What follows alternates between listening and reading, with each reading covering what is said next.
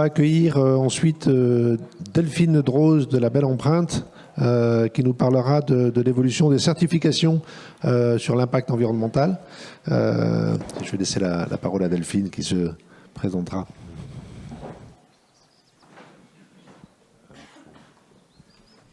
Bonjour, dernière conférence avant le déjeuner, donc petite sprint final de l'attention.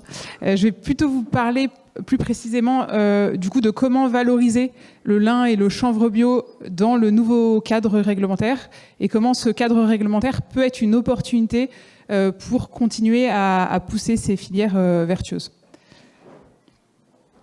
Alors on s'appuie sur les résultats sur la collaboration avec Michevin pour donner des exemples plus concrets, mais on retrouverait les mêmes ordres de grandeur et les mêmes typologies de résultats sur des produits de type chanvre ou avec des marques différentes. Alors un petit point de contexte sur l'affichage environnemental français. On a un coût environnemental brut qui est calculé au global et par 100 grammes de produits. Il s'adresse pour l'instant seulement aux textiles, vêtements d'habillement B2C, mais on peut en dériver des applications en B2B, notamment ces scorings commencent à être utilisés petit à petit dans les appels d'offres aussi, publics ou privés. Donc il y a des opportunités dans ce sens-là. En termes de méthodologie, il est basé sur l'analyse de cycle de vie. Donc on retrouve 14 indicateurs qui vont être communs avec la méthodologie PEF, et on va avoir des compléments qui vont permettre de refléter plus largement les réalités environnementales et sociales, donc un complément sur les microfibres qui a notamment pour objectif de se différencier aussi avec les matières synthétiques, et un complément sur la fin de vie, donc qui reflète notamment qu'on a plus de plus de vêtements en matière synthétique qui vont terminer dans des décharges à ciel ouvert en Afrique. Les objectifs sont simples. Il s'agit de sensibiliser les consommateurs et de les aider à faire les bons choix. Il s'agit d'aider les marques à éco-concevoir, ce qui n'est pas toujours un exercice facile parce que dans l'environnemental, il faut combiner beaucoup de facteurs pour prendre des décisions. Et donc, l'avantage d'avoir un score environnemental en point unique, c'est que ça permet, sur un premier niveau de décision, de comparer tout facteur pris en compte par ce score à date en un score unique, ce qui constitue une grosse avancée. En termes de calendrier, on a eu une grosse accélération dernièrement puisque l'Union européenne a autorisé la France à déployer son affichage environnemental textile, ce qui n'était pas une évidence absolue.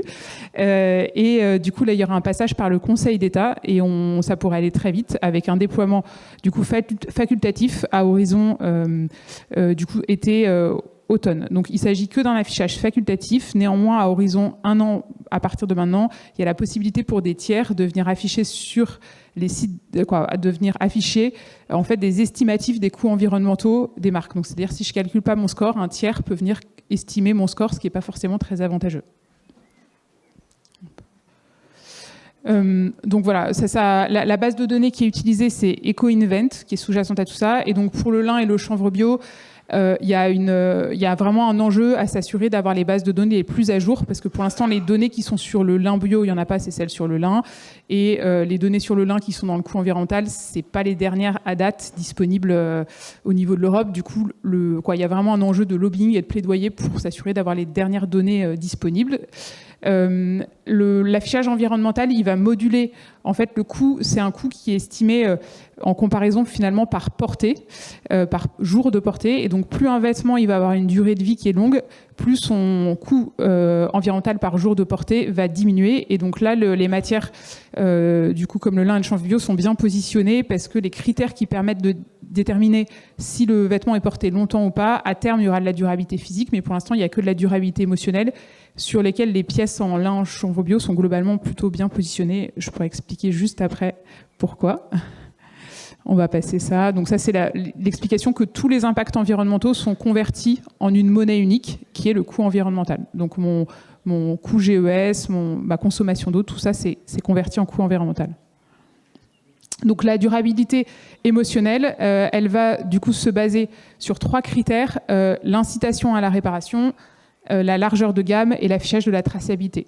Donc, il y a des points de plaidoyer à continuer à pousser aussi pour que la traçabilité soit valorisée. Pour l'instant, c'est valorisé que sur les étapes ennoblissement, tricotage et confection. Si ce critère est bien conservé, parce que c'est pas encore 100% gagné, il faudrait aussi continuer à valoriser que ceux qui ont plus de traçabilité. Et ça, les fibres, du coup, comme celle dont on parle aujourd'hui, permettent d'avoir une très forte traçabilité et de donner aux consommateurs même l'info ou à l'architecte l'info sur la fibre au démarrage.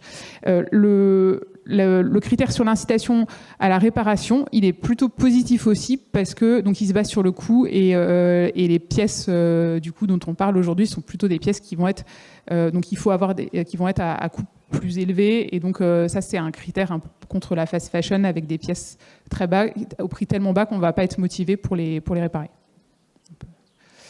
Donc très concrètement, on va avoir du coup des choses qu'on va voir apparaître de plus en plus sur les sites des marques avec celles qui s'engagent là-dedans. Il y en a déjà une bonne partie qui ont commencé avec ces points environnementaux qui peuvent être livrés soit de façon brute, soit avec un accompagnement d'un acteur privé à côté, comme automatisé, c'est moins X% par rapport à un produit moyen du marché, c'est moins X litres d'eau par rapport à un produit moyen du marché, moins X kilos d'empreinte carbone, etc.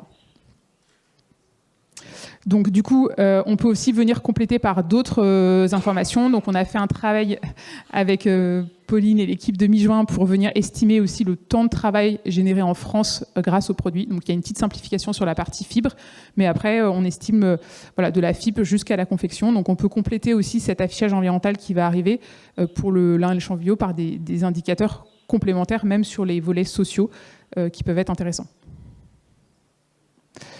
Il y a plein de choses qui se passent en Europe. Il faudrait une demi-heure pour en parler, donc on ne va pas en parler. Mais en tout cas, j'ai un slide dans les annexes, si vous voulez, qui explique comment, donc s'il y a des questions dessus, je pourrais vous le montrer, comment les dispositifs français et européens ont vocation à converger. Donc pour l'instant, on a des différences, mais il y a vraiment une volonté de part et d'autre que tout ça s'aligne. Sur des exemples très concrets, on va avoir en fait quand on regarde une chemise en lin qui va en coût environnemental avoir un coût environnemental de 400 points environ, là où celle qui est faite en lin et fabriquée en Chine complètement va être environ à 800, donc on diminue de moitié en gros, et celle qui est faite en Inde, elle va avoir un coût en coton, donc une grosse différenciation par rapport au coton, on va être à 400 versus en gros 1400 points. Donc on a des diminutions de moins 50, moins 73% d'impact. Donc ça c'est en tenant compte de la durabilité émotionnelle. Maintenant si on fait les calculs sans durabilité émotionnelle, donc c'est juste le gain environnemental lié à la production et pas au fait qu'on ait de la fast fashion ou autre, on va trouver des écarts qui sont un peu moins grands. Si on va au slide d'après, voilà, de l'ordre de moins 27%, moins 61%. Donc on a en fait une partie de l'écart qui est liée à la fabrication en France, une partie de l'écart qui est liée aux matières et une partie de l'écart qui va être liée à cette partie durabilité émotionnelle. Et on va pouvoir retrouver, ça c'est intéressant de construire des argumentaires aussi pour motiver les marques, aussi au niveau des étoffes. On peut tout à fait développer du coup des comparatifs et automatiser des comparatifs au niveau des étoffes pour dire à une marque au moment de son achat, les grands groupes de luxe, ils ont tous des trajectoires SBTI ou proches de SBTI où ils s'engagent à diminuer leurs émissions carbone avec des pourcentages qui sont très significatifs, et ça devient de plus en plus, malgré toutes les contraintes, quand même un argument fort de dire mon kilo d'étoffe que je vous propose, il est à tant en CO2 et il est à moins X% par rapport à une option conventionnelle. Alors il faut définir un peu pour chacun ce qui est une option conventionnelle en fonction du client en face.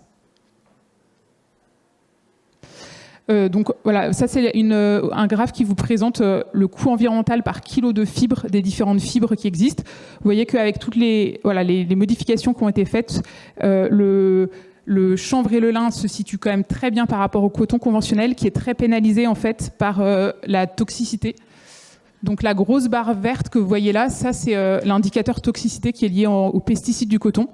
Et donc c'est pour ça que le coton biologique a beaucoup moins d'impact dans la base parce qu'on a éliminé toute la barre de toxicité. Donc le lin, si on avait une ACV du lin bio, a priori on pourrait diminuer un petit peu. Ce serait pas drastique parce qu'il est déjà très bas, mais on enlèverait ce petit bout-là probablement. Et le polyester, alors reste quand même au milieu de, malgré les compléments microplastiques, etc., reste au milieu en gros du jeu.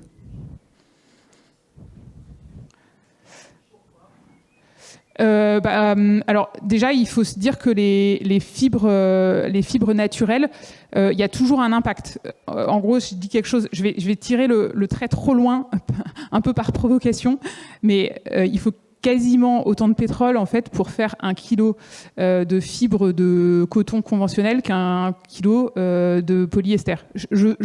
Je caricature parce que c'est pas à ce point-là, mais en fait, il faut quand même mettre du pétrole pour l'instant dans le tracteur. Il faut produire des engrais, parfois de synthèse, etc. Les productions, tout ce qui est épandage d'engrais, même quand on est sur des engrais du coup organiques, on va avoir du coup des émanations de gaz nitratés qui sont des gaz à effet de serre. Donc en fait, toutes les cultures naturelles qui sont hyper intéressantes, qui ont plein de bénéfices aussi pour les écosystèmes, pour les savoir-faire, pour les emplois, vont quand même toujours avoir en fait un impact environnemental qui sera non nul. Alors à côté de ça, le polyester a sa production d'impact, il n'est pas gigantesque, mais en fin de vie, on va avoir des impacts.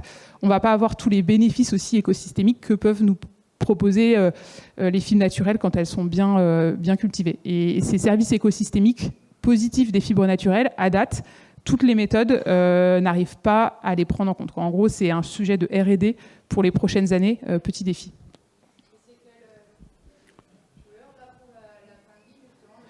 Alors, c'est des petits compléments. C'est le complément microfibre. Il est rose.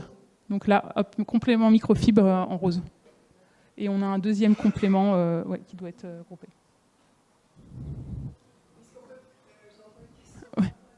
Ouais. Là, il n'y a pas la fin de vie, il y a juste le complément microfibre. Il n'y a pas le deuxième sur ce graphe-là.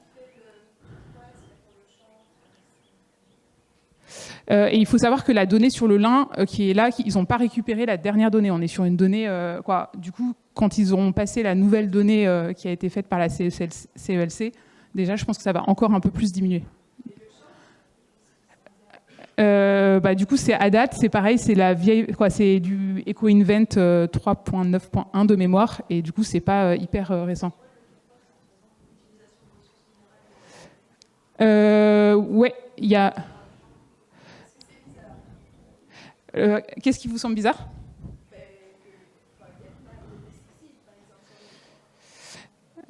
Alors après, là, il faudrait creuser. C'est des vieilles données, donc ils n'ont pas pris les données les plus favorables. Hein. Est-ce qu'il y a une donnée, est-ce que ça inclut l'eutrophisation de l'eau, du chambre voué à l'eau? Elle est autre chose, elle est là, l'eutrophisation, elle est ici. On voit très mal les couleurs. Et donc on le revoit dans le champ, comme ça, l'eutrophisation? Ouais, il en a aussi normalement. Toutes les fibres naturelles en ont, mais il doit être tout petit. Mais du coup, je pourrais essayer de creuser si vous voulez, mais en tout cas, ce qui est sûr, c'est que ces données-là, du lin et du chanvre qu'ils ont repris, pour des raisons que j'ignore dans les détails, c'est pas les toutes dernières données du marché. Donc ça, il y a vraiment un enjeu aussi à garder un peu la pression pour s'assurer qu'ils intègrent bien dans le coût environnemental français les toutes dernières données du marché. Voilà, et donc en termes de comparaison, comme je vous disais, les gains, ils sont liés à la matière, au fait de faire les étapes supplémentaires en France, et puis à la durabilité émotionnelle. On va passer les deux autres. Hop, on passe. Ouais. Voilà. Mais en tout cas, il y a le petit graphe, si vous voulez, après. C'est un petit schéma, je vous le passe là quand même, mais qui vous montre, en gros, il y a 3 choses dans une méthodologie de calcul. Il y a un cadre méthodologique global qui va dire combien d'indicateurs on prend en compte. Par exemple, est-ce que je prends en compte les microfibres dans mon coût total ou pas? Est-ce que je prends en compte les déchets plastiques? Donc ça, c'est le cadre méthodologique. Il y a des règles de catégorie qui sont pour chaque secteur. Comment je modélise? Par défaut, un jean, je le lave combien de fois? Et ensuite, il y a des bases de données. Et donc, en gros, les dispositifs français et européens essayent de converger en s'alimentant mutuellement sur ces 3 thématiques. Ils ont des temporalités assez différentes, c'est-à-dire que le dispositif français veut sortir quelque chose très rapidement, même si c'est imparfait, et apprendre en faisant. Et la logique européenne, c'est plutôt de prendre son temps et de faire quelque chose de très qualitatif dans un temps long. Voilà, donc on est sur des dynamiques qui sont pas tout à fait les mêmes, et du coup à date le français est plus opérationnel très concrètement pour l'éco-conception que l'européen, mais à moyen terme ça a vraiment vocation à converger et à avoir quelque chose de bonne qualité, on espère, qui prenne le meilleur des 2 méthodes. Et donc en tout cas il y a vraiment des bonnes opportunités déjà, même avec les bases de données imparfaites, etc., pour venir intégrer dans les argumentaires commerciaux en B2C et en B2B. Du coup, ces avantages environnementaux et sociaux du lin et du chanvre bio, il y a un travail à faire sur les bases de données pour pouvoir valoriser encore plus ces avantages qu'on peut déjà valoriser avec les données imparfaites actuelles. Donc c'est quand même une bonne nouvelle et voilà, et ça s'intègre bien dans les cadres des trajectoires, notamment de décarbonation de certaines grandes entreprises. Est-ce qu'il reste des questions? Merci Delphine, on peut l'applaudir. Reste là, il va y avoir des questions. Est-ce qu'il y a des questions dans la salle?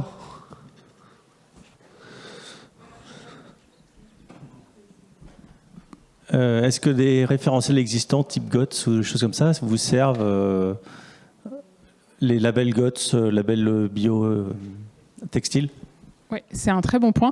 Ça fait partie aussi des sujets sur lesquels en fait on pourrait continuer à contribuer côté méthodologie, parce que pour l'instant, en gros, une teinture, l'impact de la toxicité de la teinture, elle varie un peu selon les pays. Mais du coup, il faut aider l'ADEME et le CGDD aussi à être force de proposition. Pour que, en gros, quand je fais une teinture GOTS, j'ai un impact environnemental qui soit moins important à l'étape de teinture. Donc ça, c'est des choses qui vont arriver et il faut aussi qu'on contribue pour que ça se fasse, mais qui sont pas prises en compte à date, mais qui sont vraiment, je pense, dans le viseur des prochains mois. Et je ne vous ai pas présenté, mais la Belle Empreinte, on accompagne du coup des marques et des fabricants sur tout ce qui est éco-conception, mesure d'empreinte environnementale et sociale, et on fait de l'accompagnement et on a une plateforme de mesure d'impact pour générer tout ce genre de calcul aussi.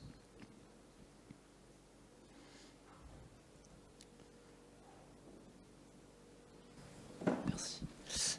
Bonjour, merci beaucoup Delphine. Alors ce ne sera pas une question, ce sera juste une remarque et un complément. J'aime pas trop faire ça, mais je me le permets quand même. Donc Joël Lagnoche, pour Interchanvre, l'interprofession de la filière, et sur EcoInvent, sur le chanvre, on est en train de travailler sur une nouvelle donnée sur la cotonisation, donc qui va être actualisée d'ici la fin de l'année dans la nouvelle version d'EcoInvent pour diminuer cette valeur.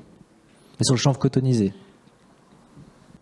C'est une super nouvelle et tout ce qu'on peut avoir comme données plus précises, ça va aider à alimenter les calculs finaux. Merci beaucoup Delphine. Merci.